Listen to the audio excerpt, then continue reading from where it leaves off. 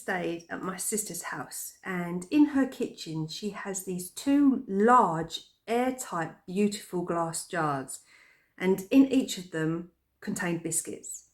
Now, the problem I have with biscuits is I can't just eat one, I have to eat many. But for the past few months, I've been unhappy with my weight, and so I've intentionally started to love myself more and become conscious of what I'm eating. I want to lose weight, so I don't need a biscuit. However, every time I walked past those jars, I was attracted to those biscuits. And in the evening, I was making a cup of tea and I opened up one of the jars, took out a biscuit, dipped it in my tea, and then I ate it. And in that moment, I thought to myself, what have I done? I didn't need that biscuit. I had let myself down just for a little bit of pleasure. I had no self-control over what I was doing. I wasn't thinking rationally about the consequences of my actions when I absent-mindedly took a biscuit out and ate it.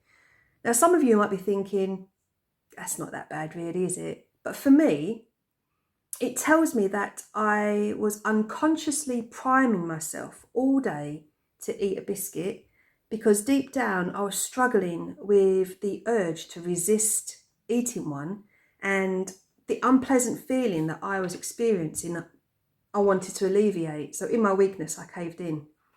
Now I was functioning on autopilot, essentially in survival mode without thinking of the consequences. And the thing is, we cannot have self-control when we're in survival mode. So to illustrate what I mean by this, I'm going to share some neuropsychology, so pay attention. There are three parts of our brain that motivates how we respond or react to an unpleasant situation. And the first part is in the medulla oblongata, which we'll call the automatic brain. This is the somatic part of our brain where our instincts function, and it controls our breathing, our heartbeat, our swallowing, and our startle response. Basically, everything that is out of our conscious control. So, for example, you don't think about breathing, your automatic brain does it for you. Now, the second part of our brain is the emotional brain, which is in the limbic system. And this controls how we react to relationships, how we interpret images and dreams, how we feel in unpleasant situations. And if we're not self-aware of what we're doing or what we want, we are more likely to react to unpleasant situations instinctively and behave negatively. And this is because our automatic and our emotional brains will put us into survival mode, activate our fight or flight response to get us out of the unpleasant situations, which essentially will then cause us to either fight back, run away, or do nothing when we experience something that we do not like. Now, there are many reasons why some of us function in that state. Now, it could be a habit, it could be avoidance, it could be because of past traumatic events. Either way, to stop functioning on autopilot and prevent negative behaviour, we need to use our rational brain. Now, this is the third part of our brain, which is in the neocortex, and it allows us to manage our behaviour and cultivate self-control. This part of the brain controls functions such as our thoughts, our ability to plan, how we put things into logic, our awareness, and our will. Therefore, it is the thinking part of us, which is essentially functioning consciously and fundamental to developing self-control. So that was the science bit. We could blame our automatic and emotional brains for our unconscious actions and our flesh-like mindset for why we don't have self-control. However, here comes the spiritual bit that can help us to use our rational brain to cultivate a God-like, self-controlling mindset.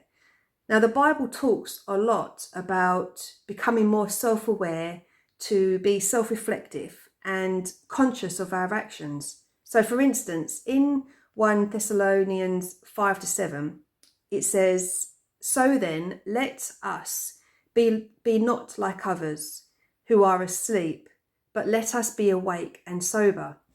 And in Lamentations 3:40, it says, let's take a good look at the way we're living and reorder our lives under God.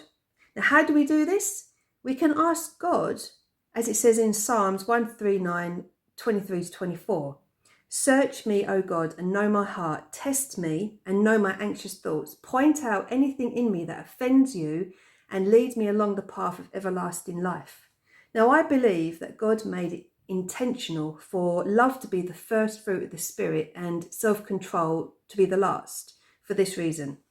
If you do not love yourself, there can be no self-awareness. To be gentle, to be kind, to have peace, to have joy, to have patience.